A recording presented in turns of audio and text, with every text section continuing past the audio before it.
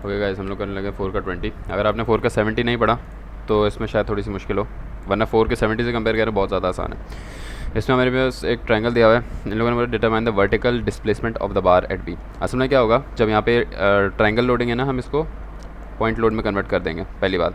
अब जब ये पॉइंट लोड इस पर लगेगा तो यहाँ पे बार जो आपका थोड़ा सा टिल्ट होगा, तो बार तो टिल्ट हो गया, लेकिन आपका बार का कोई मसला नहीं। Determine the vertical displacement of the bar at B, अच्छा सही है, बार का है ताल्लुक, सॉरी।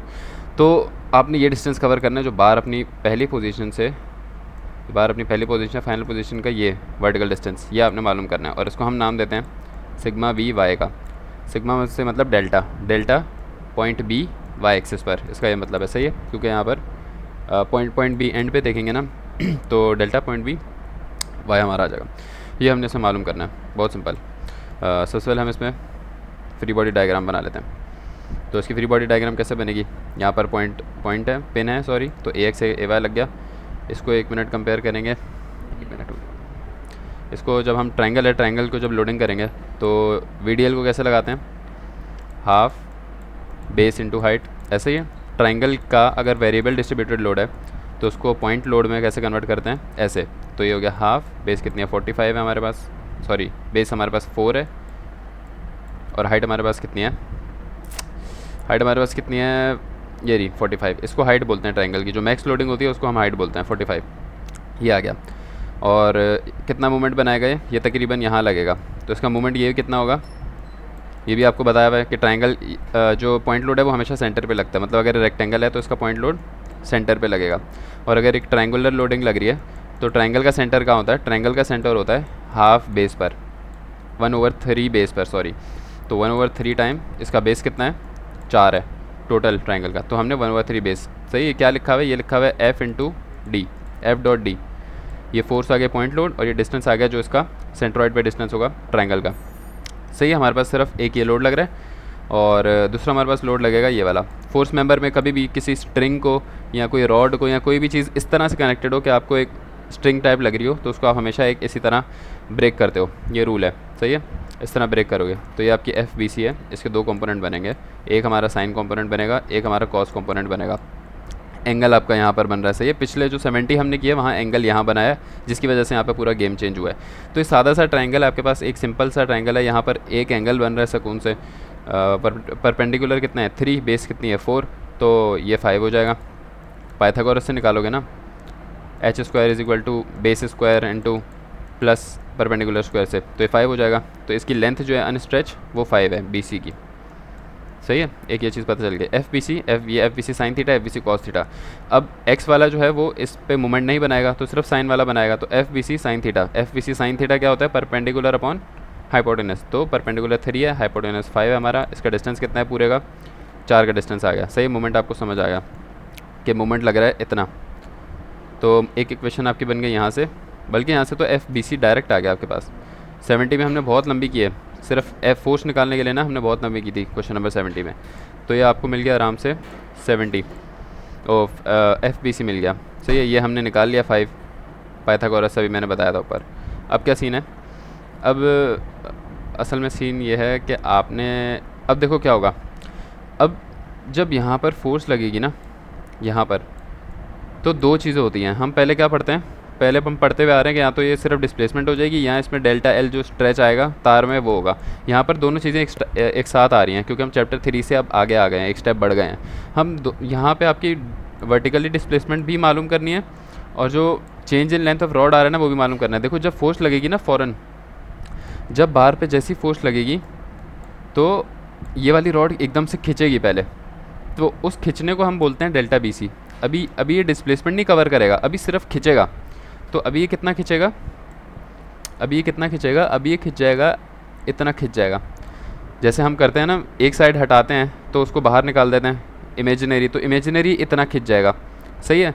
ये आ गया डेल्टा बी सी फोर्स लगने के बाद। अब जब फोर्स जैसी लगी है थोड़ी सी और, तो यहाँ पर बेंडिंग हुई, मतलब बेंडिंग नहीं हुई, ये रॉड जो है वो थोड़ी सी नीचे आ गई, और नीचे आने के बाद जो आपकी ये खिंची हुई रॉड है, ये खिंची हुई रॉड ही यहाँ तक आ गई।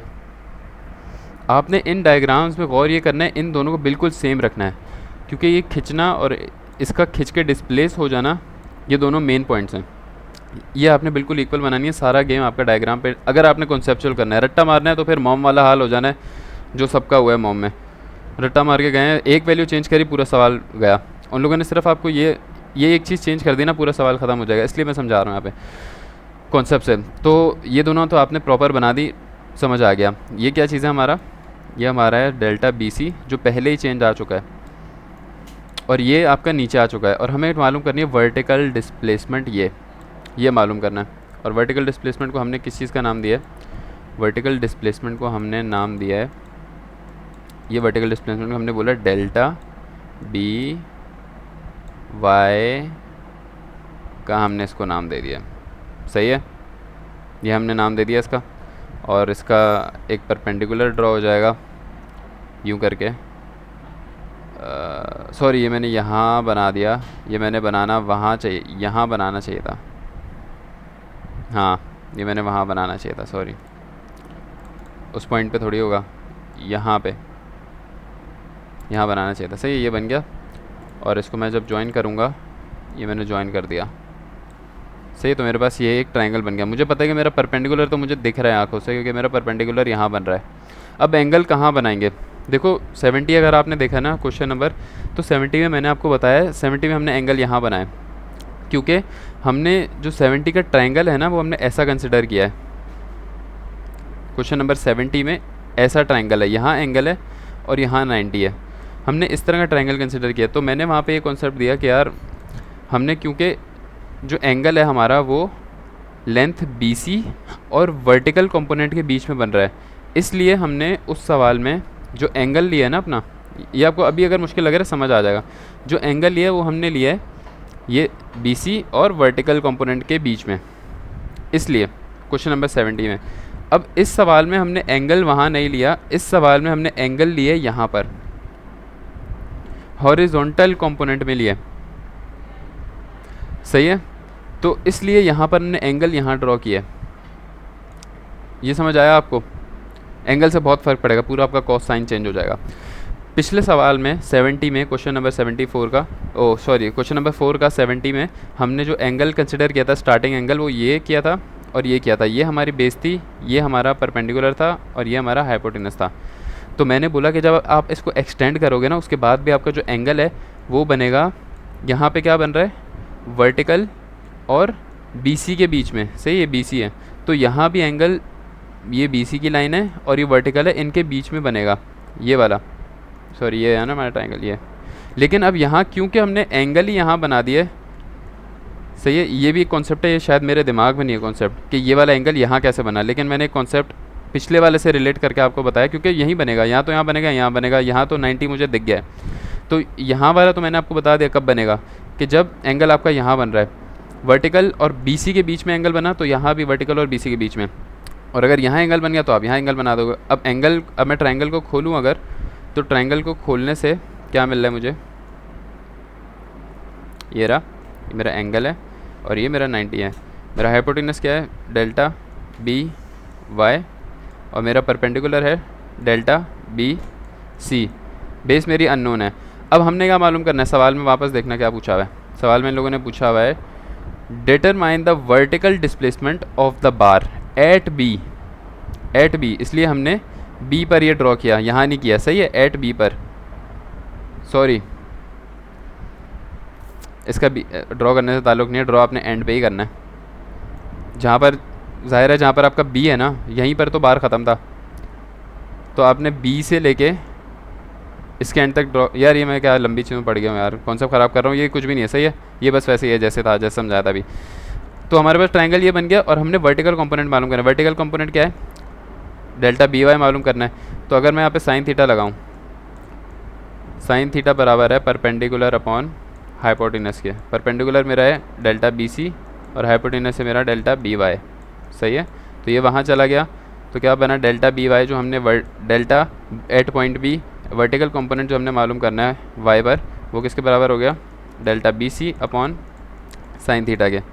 आ गया यहाँ पे delta BC upon sine theta.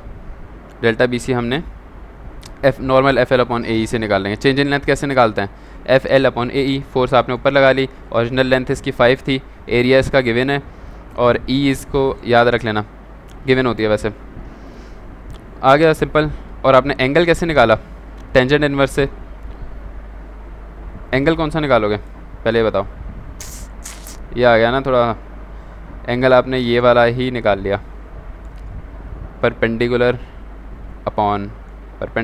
Upon base, ये आपका एंगल है। सही हो गया,